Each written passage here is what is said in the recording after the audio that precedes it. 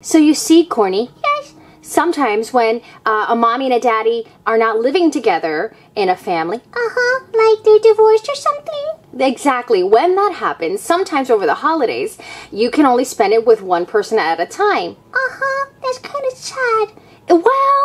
Well, what parents do to make it better, though, is that sometimes you get to have two celebrations. Oh, like two Seders?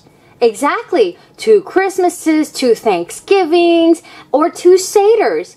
Oh, okay. And that way you actually get maybe double the celebration? Exactly. You get to spend, and that way you are guaranteed to spend time with all your family. Oh, I like that.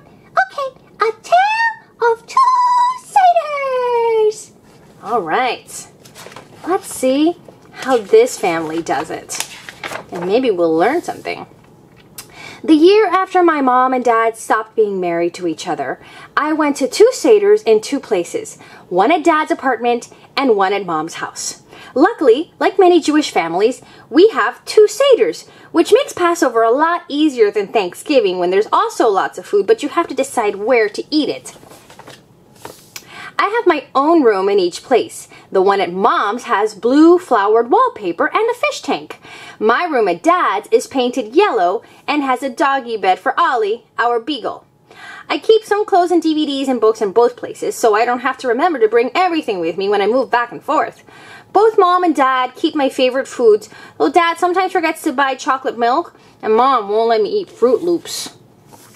Mom and dad were divorced 3 years ago, so since then I've been to 6 different Seders. The first year, when I had just turned 7, Dad invited his friends Gabe and Lisa, who brought me a coloring book about Passover and a brand new box of crayons. They kept smiling and being nice to me. I think they were worried that I wouldn't have a good time without my mom. I sang the 4 questions all the way through in Hebrew. Grandpa Stan told his usual silly jokes, and Ollie barked all the way through Dayenu. Dad's Sharo set didn't really stick together, but his matzo ball sure did. Maybe a little too much. The next night, Mom invited her friends Laura, Ruth, and Samantha to the Seder. They told stories about Moses' sister Miriam, who led the Israelites in celebration after they crossed the Sea to freedom. Auntie Evelyn brought along her guitar, and we danced around the table. Everyone drank more than 4 cups of wine. Well, except me. I could tell Mom was still a little sad because she didn't eat very much. The Seder went on forever, and I fell asleep before it was over. Mom's Sharazet was very sticky and tasted mostly like figs. The next year, there were 8 of us at Mom's Seder the first night, including 2 guys she knew from work. We used a new Haggadah with lots of pictures and stories. Auntie Evelyn made some very sweet Sharazet from a Yemenite recipe. I asked Mom where Yemen was. She told me it was in southern Arabia, and that many Jews from Yemen were airlifted to Israel in Operation Magic Carpet. That night, I dreamed that my dad flew back to our old house on a magic carpet. The second night, Dad brought his new friend Gail to the Seder. She gave me a whole box of chocolate lollipops. Gabe and Lisa brought their new baby Zach, who cried the whole time while I was singing the 4 questions. Grandpa Stan fell asleep and began to... In the morning, Dad cooked fried matzah for me and asked if I liked Gail. I wasn't sure, but the lollipops are terrific. This year was different. The first night I went to Dad's again. He and Gail are getting married this summer. She brought her mother, and her mother brought more chocolate lollipops and Sharazet made with dried cranberries. When I sang the 4 questions, baby Zach clapped, but I was sad that Grandpa Stana wasn't there to hear me. He's in the hospital getting a new knee, but Dad says he'll be home soon. I miss his chokes and songs and even his snoring. Gail's mom said I could call her Grandma if I want to. I'll have to think about that. That night, I dreamed that my whole family was back together in our old house. Mom and Dad were leading the Seder.